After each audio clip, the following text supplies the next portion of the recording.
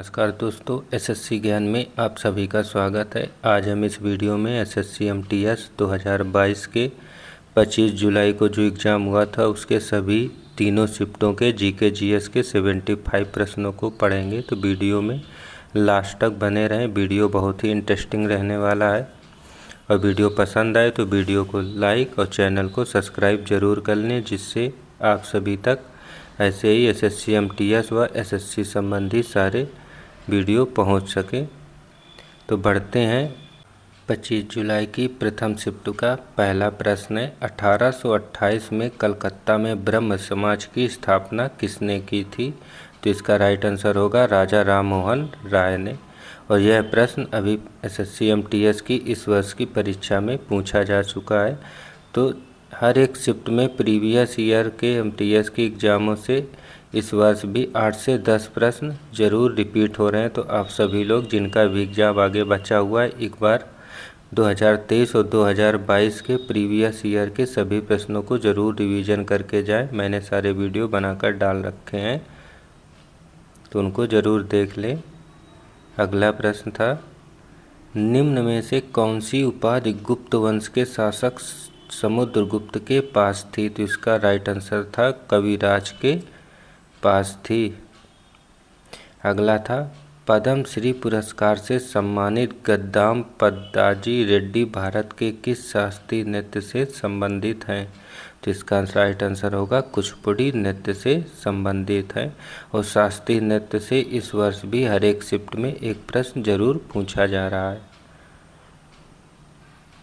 फिर अगला था, पारितंत्र या पारिस्थितिकी तंत्र शब्द सर्वप्रथम इनमें से किस वैज्ञानिक ने प्रतिपादित किया था? तो इसका राइट आंसर था आर्थर टैंसले ने प्रतिपादित किया था। फिर अगला प्रश्न था, भारत की कौन सी झील विवर्तनिक गतिविधि का परिणाम है? तो इसका आंसर होगा वुलर झील। फिर अगला था, धमेक स्तूप भारत में सर्वाधिक प्रमुख बौद्ध संरचनाओं में से एक है। यह उत्तर प्रदेश में कहाँ पर स्थित है? तो इसका राइट आंसर होगा वाराणसी शहर में स्थित है। अगला था, सैयद वंश के ठीक बाद निम्न में से किस राजवंश ने दिल्ली पर शासन किया था? तो इसका राइट आंसर होगा लोदी वंश ने शासन किया था। फिर अगला था, किस भारतीय राज्य सरकार ने परियोजना क्लैप नामक एक स्वच्छता अभियान शुरू किया था? तो इसका राइट आंसर होगा आंध्र प्रदेश सरकार ने परियोजना क्लैप नामक स्वच्छता अभियान की शुरुआत की थी। फिर अगला प्रश्न था, नुआखाई उत्सव भारत के किस राज्य में मनाया जाता है? तो यह ओडिशा राज्य का एक प्रमुख उत्सव है और यह प्रश्न भी इस वर्ष एसएससी एमटीएस के एग्ज़ाम में पूछा जा चुका है।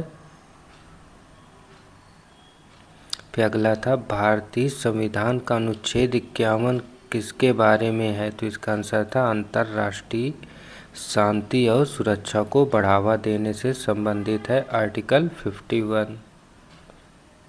अगला था, नमूना पंजीकरण प्रणाली 2018 की रिपोर्ट के अनुसार भारत की जनसंख्या का कितने प्रतिशत हिस्सा कामकाजी आयु के अंतर्गत आता है? तो इसका आंसर होगा 66%। फिर अगला था, अनफिनिश्ड प्रसिद्ध भारतीय अभिनेत्री का एक संस्मरण है। तो इसका आंसर होगा यह प्रियंका चोपड़ा जोनस का एक संस्मरण है।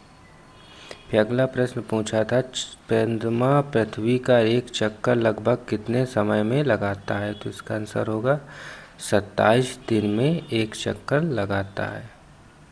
फिर अगला प्रश्न था, फील्ड हॉकी के खेल में कितने खिलाड़ियों को प्रतिस्थापित करने की अनुमति होती है? तो इसका आंसर होगा कोई सीमा नहीं है, कितने भी प्लेयर प्रतिस्थापित किए जा सकते हैं। फिर अगला था, निम्न में से किस स्पर्धा में भारत ने ग्रीष्मकालीन ओलंपिक 2020 में कोई पदक नहीं जीता था? तो इसका आंसर होगा महिला हॉकी गेम में कोई पदक नहीं जीता था। फिर अगला प्रश्न था, भारत के संविधान के अनुच्छेद 112 के अनुसार वार्षिक केंद्रीय बजट को क्या कहा जाता है? तो इसका आंसर होगा वार्षिक वित्तीय विवरण कहा जाता है। फिर अगला प्रश्न था, पहली इंग्लिश फैक्ट्री हुगली नदी के तट पर किस वर्ष में स्थापित की गई थी? तो इसका राइट आंसर होगा 1651 ईस्वी में इसकी स्थापना हुगली नदी के तट पर की गई थी। अगला प्रश्न है, सल्फर का परमाणु क्रमांक कितना होता है? तो इसका आंसर होगा 16 और सल्फर को S नामक प्रतीक से चिन्हित किया जाता है। फिर अगला प्रश्न था, 22 मई 2022 से भारत के मुख्य G20 समन्वय कौन होंगे? तो इसका आंसर होगा हर्षवर्धन श्रृंखला। फिर अगला प्रश्न पूछा गया था, झावेरी बहनें इनमें से किस शास्त्रीय नृत्य शैली के लिए प्रसिद्ध हैं? तो इसका आंसर होगा मणिपुरी नृत्य शैली के लिए प्रसिद्ध है झावेरी बहनें। और अगला था, पंडित रविशंकर का नाम किस नामक संगीत वाद्य यंत्र से जुड़ा हुआ है? तो इसका आंसर होगा यह सितार वादन से संबंधित है पंडित रविशंकर। और यह प्रश्न भी एसएससी एमटीएस और एसएससी सीजीएल 2024 दोनों एग्जामों में पूछा जा चुका है। तो वाद्य यंत्र और शास्त्रीय यंत्र उत्सव से हर एक शिफ्ट में 2 से 3 प्रश्न जरूर पूछे जा रहे हैं। तो आपको ये वीडियो देखकर आइडिया लग रहा होगा कि इस वर्ष भी इसी टाइप के और इन्हीं टॉपिक से ज़्यादातर प्रश्न पूछे जा रहे हैं, इसलिए प्रीवियस ईयर के प्रश्नों का रिवीजन करना बहुत ही महत्वपूर्ण रहता है। और वीडियो पसंद आ रहा हो तो आप सभी वीडियो को लाइक ज़रूर कर दिया करें। इस शिफ्ट का लास्ट प्रश्न है, भारत के पड़ोसी देश अफगानिस्तान की राजधानी क्या है? तो इसका राइट आंसर था काबुल। तो ये थे प्रथम शिफ्ट के 25 प्रश्न। अब बढ़ते हैं अपने सेकेंड शिफ्ट के प्रश्नों की ओर। सेकेंड शिफ्ट में पहला प्रश्न है, उस्ताद अमजद अली खान बंगल एक भारतीय शास्त्रीय वादक हैं? तो इसका आंसर होगा यह सिरोद वादन से संबंधित है उस्ताद अमजद अली खान। और अगला प्रश्न था, भारतीय संविधान के अनुसार राज्य की कार्यपालिका शक्ति किसमें निहित होती है? तो इसका राइट आंसर होगा राज्य के राज्यपाल में निहित रहती है। फिर अगला प्रश्न था, बिहू कहाँ का लोक नृत्य है? तो इसका आंसर होगा असम का यह एक प्रसिद्ध लोक नृत्य है। और यह प्रश्न भी इस वर्ष पूछा जा चुका है। तो हर एक शिफ्ट के प्रीवियस ईयर के आप प्रश्नों को देखेंगे वीडियो में तो देखेंगे कि इस वर्ष भी हर एक शिफ्टों में 8 से 10 प्रश्न पिछले वर्षों से ज़रूर पूछे जा रहे हैं। अगला था, निम्न में से कौन सा गहरे लाल रंग का पत्थर है जिसका उपयोग एल्यूमिनियम गलाने में कच्चे माल के रूप में किया जाता है? तो इसका आंसर होगा बॉक्साइट। अगला था, भारतीय संविधान का कौन सा अनुच्छेद जीवन और व्यक्तिगत स्वतंत्रता की सुरक्षा प्रदान करता है? तो इसका आंसर होगा अनुच्छेद 21। फिर अगला प्रश्न था, भारत का उत्तरी मैदान किस मृदा से बना हुआ है? तो इसका आंसर होगा जलोढ़ मृदा से। फिर अगला प्रश्न था, निम्न में से किसमें पृथ्वी पर ताजे पानी की सबसे बड़ी मात्रा है? तो इसका आंसर होगा हिमच्छद में सबसे ज़्यादा ताजे पानी की मात्रा पाई जाती है। फिर अगला था, प्रसिद्ध भारतीय क्रिकेटर युवराज सिंह की आत्मकथा का क्या नाम है? तो इसका आंसर होगा the test of my life. फिर अगला था, खेल नर्सरी योजना 2022-23 खेलों में को बढ़ावा देने के लिए किस राज्य में शुरू की गई थी? तो इसका आंसर था हरियाणा राज्य में इसकी शुरुआत की गई थी। और अगला प्रश्न, पहला मुगल बादशाह बाबर के 1494 में जब फरगना की गद्दी पर बैठा था तब वह केवल कितने वर्ष का था? तो इसका आंसर होगा 12 वर्ष का था। फिर अगला था, निम्न में से कौन सी कवक जगत की विशेषता नहीं है? तो इसका आंसर होगा क्लोरोप्लास्ट युक्त। फिर अगला था 2011 की जनगणना भारत की किस नंबर की राष्ट्रीय जनगणना थी? तो इसका आंसर था 15वीं जनगणना थी। अगला था निम्न में से भारतीय क्रिकेटरों में से किसे मास्टर ब्लास्टर के नाम से जाना जाता है? तो इसका आंसर होगा सचिन तेंदुलकर को जाना जाता है। अगला था 60 वर्ष से कम आयु के व्यक्ति जिसकी शुद्ध आय 5 लाख से कम लेकिन 2.5 लाख से अधिक है, उसके लिए वित्तीय वर्ष 21-22 में देय आयकर की दर कितनी होगी? तो इसका आंसर था 5%। फिर अगला था निम्न में से कौन सी एक ग्रीन हाउस गैस नहीं है? तो इसका राइट आंसर था नाइट्रोजन गैस। अगला था निम्न में से किस व्यक्ति ने 2021 में वायुसेनाध्यक्ष की रूप में पदभार ग्रहण किया था? तो इसका आंसर था विवेक राम चौधरी ने वायुसेनाध्यक्ष के रूप में पदभार ग्रहण किया था। अगला था निम्न में से कौन सी धातु ठंडे जल के साथ त्वरित अभिक्रिया करती है? तो इसका आंसर था पोटेशियम धातु। अगला था ब्रिटिश ईस्ट इंडिया कंपनी की ओर से प्लासी के युद्ध का नेतृत्व किसने किया था? तो इसका आंसर था रॉबर्ट क्लाइव ने। अगला था दीपिका कुमारी निम्न में से किस खेल से जुड़ी हुई प्लेयर हैं? तो इसका आंसर होगा तीरंदाजी से संबंधित हैं दीपिका कुमारी।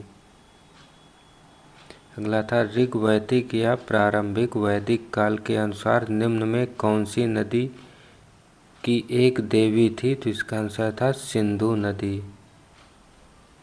अगला था निम्न में से किस national institute of Indian classical dance द्वारा अभिनंदन सरोजा राष्ट्रीय पुरस्कार 2021 से सम्मानित किया गया था? तो इसका आंसर था अपर्णा सतीशन को सम्मानित किया गया था।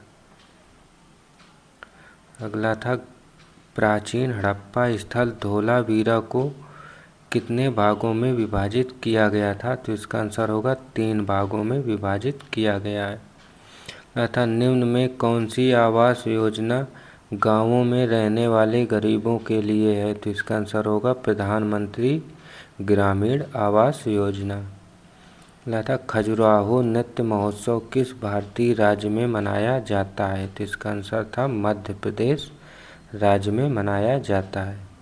और इस शिफ्ट का अंतिम प्रश्न था मुगल बादशाह बहादुर शाह जफर की मृत्यु किस वर्ष में हुई थी? तो इसका आंसर था 1862 ईस्वी में इनकी मृत्यु हुई थी।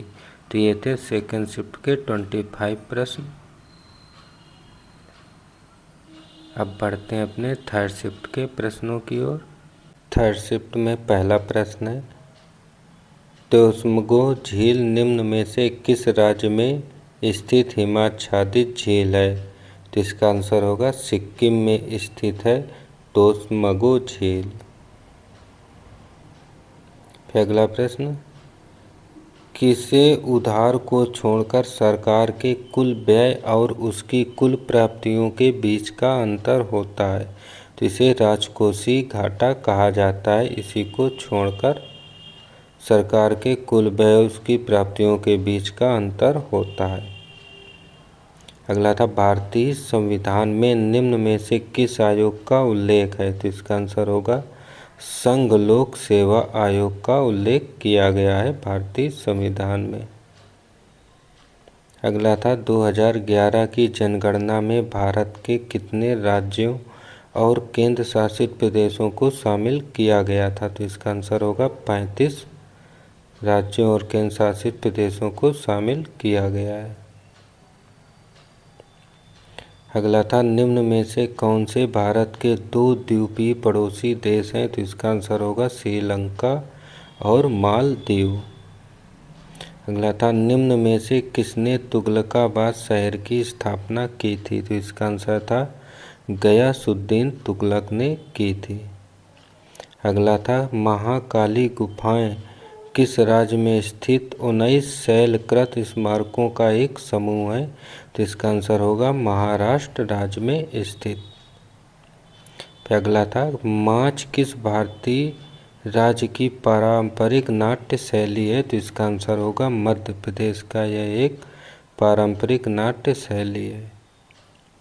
अगला प्रश्न था, महात्मा गांधी ने अहमदाबाद में मिल मजदूरों की सफल हड़ताल का नेतृत्व किस वर्ष किया था? तो इसका आंसर होगा 1918 में किया था। अगला था, केंद्रीय शिखर या गुंबद जैसी संरचना से अलग अलग दिशाओं में धाराओं के प्रवाहित होने पर कौन सा जल निकासी पैटर्न बनता है? तो इसका आंसर होगा अरीय या रेडियल पैटर्न। अगला था, भारतीय संविधान के तहत निम्न में से कौन सा अधिकार मौलिक अधिकार नहीं है? तो इसका आंसर होगा संपत्ति का अधिकार मौलिक अधिकार के अंतर्गत नहीं है। अगला था, 1 फरवरी 2022 को निर्मित सीतारमण ने किस विधेयक को प्रस्तुत किया था जिसमें आयकर अधिनियम 1961 के प्रावधानों में विभिन्न परिवर्तनों का प्रस्ताव रखा गया है? तो यह था वित्त विधेयक। अगला था, जब रोटी ऊपर उठती है और सिकती है तो किस कारण आटे में हजारों बुलबुले बनाती है? तो इसका आंसर होगा कार्बन डाइऑक्साइड के कारण यह फूलती है। अगला था, 1793 में स्थायी बंदोबस्त लागू होने पर भारत का गवर्नर जनरल कौन था? तो इसका आंसर होगा चार्ल्स कॉर्नवालिस। अगला था, राष्ट्रीय राजमार्ग NH-44 सबसे लंबा राष्ट्रीय राजमार्ग है जो जम्मू कश्मीर से कहाँ तक जाता है? तो इसका आंसर होगा जम्मू कश्मीर से तमिलनाडु में कन्याकुमारी तक जाता है। अगला था, निम्न में से कौन सा भारतीय त्यौहार भगवान जगन्नाथ को श्रद्धा अर्पित करने के लिए मनाया जाता है? तो इसका आंसर होगा रथ यात्रा। अगला था, निम्न में से कौन ठंडे खून वाले जानवरों का उदाहरण है? तो इसका आंसर होगा कछुआ और सांप, ये दोनों ठंडे खून वाले जानवरों की श्रेणी में पाए जाते हैं। अगला था, वेमपत्ति चित्रा सत्यम किस शास्त्रीय नृत्य शैली के लिए जाने जाते हैं? तो इसका आंसर होगा कुचिपुड़ी नृत्य शैली के लिए जाने जाते हैं। अगला था, आवर्त सारणी में N किस रासायनिक तत्व को प्रदर्शित करता है? तो इसका आंसर होगा नाइट्रोजन को, और इसका परमाणु क्रमांक 7 होता है। अगला था, निम्न में से किसने BBC Indian sports women of the year पुरस्कार 2021 जीता था? तो इसका आंसर होगा मीराबाई चानू ने जीता था। फिर अगला था, निम्न में से किसे पुरुष वर्ग में फरवरी 22 के लिए ICC player of the month चुना गया था? तो इसका आंसर होगा श्रेयस अय्यर को चुना गया था। अगला था, निम्न में से किस वाद्य यंत्र से पंडित रविशंकर मुख्य रूप से जुड़े थे? तो इसका आंसर होगा सितार वादन से जुड़े थे। अगला था, किस क्रिकेट खिलाड़ी ने भारत के श्रीलंका दौरे 2022 पर T20 सीरीज के लिए मैन ऑफ द सीरीज का पुरस्कार जीता था? तो ये थे श्रेयस अय्यर। अगला था, डिफेंडिंग इंडिया पुस्तक के लेखक कौन है? तो इसका आंसर था जसवंत सिंह। और इस शिफ्ट का अंतिम प्रश्न था, बाण भट्ट किसके दरबारी कवि थे? तो इसका आंसर था हर्षवर्धन के दरबारी कवि थे। तो ये थे थर्ड शिफ्ट के 25 प्रश्न। अगर वीडियो पसंद आया हो तो वीडियो को लाइक ज़रूर कर दें और चैनल को सब्सक्राइब कर लें, जिससे आप सभी तक ऐसे ही वीडियो पहुंचते रहें। मिलते हैं फिर से अपने अगले वीडियो में, तब तक के लिए नमस्कार, जय हिंद।